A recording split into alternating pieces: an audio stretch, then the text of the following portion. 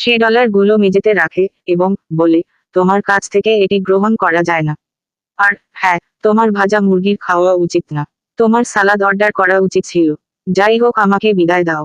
Sorry বন্ধুরা, ওই মেয়েটির নাম রিনা। আমি ভুল করে ডানা বলে ফেলেছি। রিনা রেগে ফুলতে থাকে। রিনা কিছু বলার আগে সে চলে যায়। এদিকে একটি অফিস দেখানো হয়। সেখানে একটি ছেলেকে আমরা দাঁড়িয়ে থাকতে দেখতে পাই।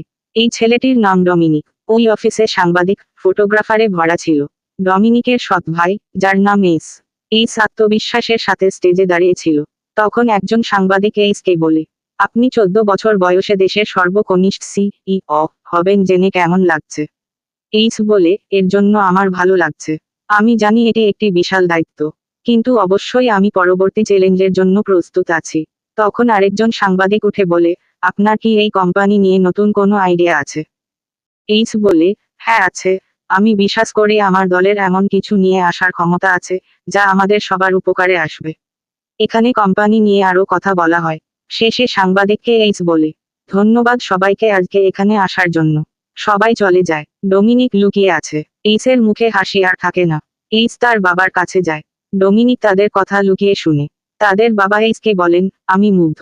আমি তোমার কথা শুনেছি এইস, কিন্তু আমরা দুজনেই জানি যে সত্যি উদ্ভাবনী কিছু দরকার।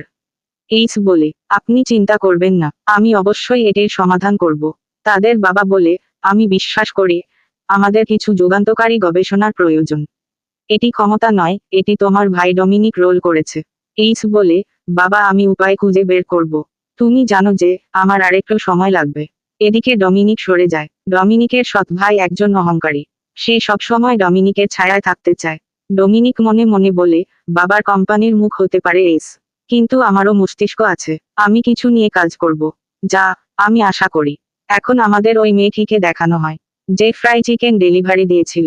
তার নাম সেডি। সে বসে টাইপ করছে। তার বিছানায় শুয়ে ক্লোভার শব্দ করছিল এবং জুড়ে চিপস খাওয়ার সাথে তা ঘুরছে।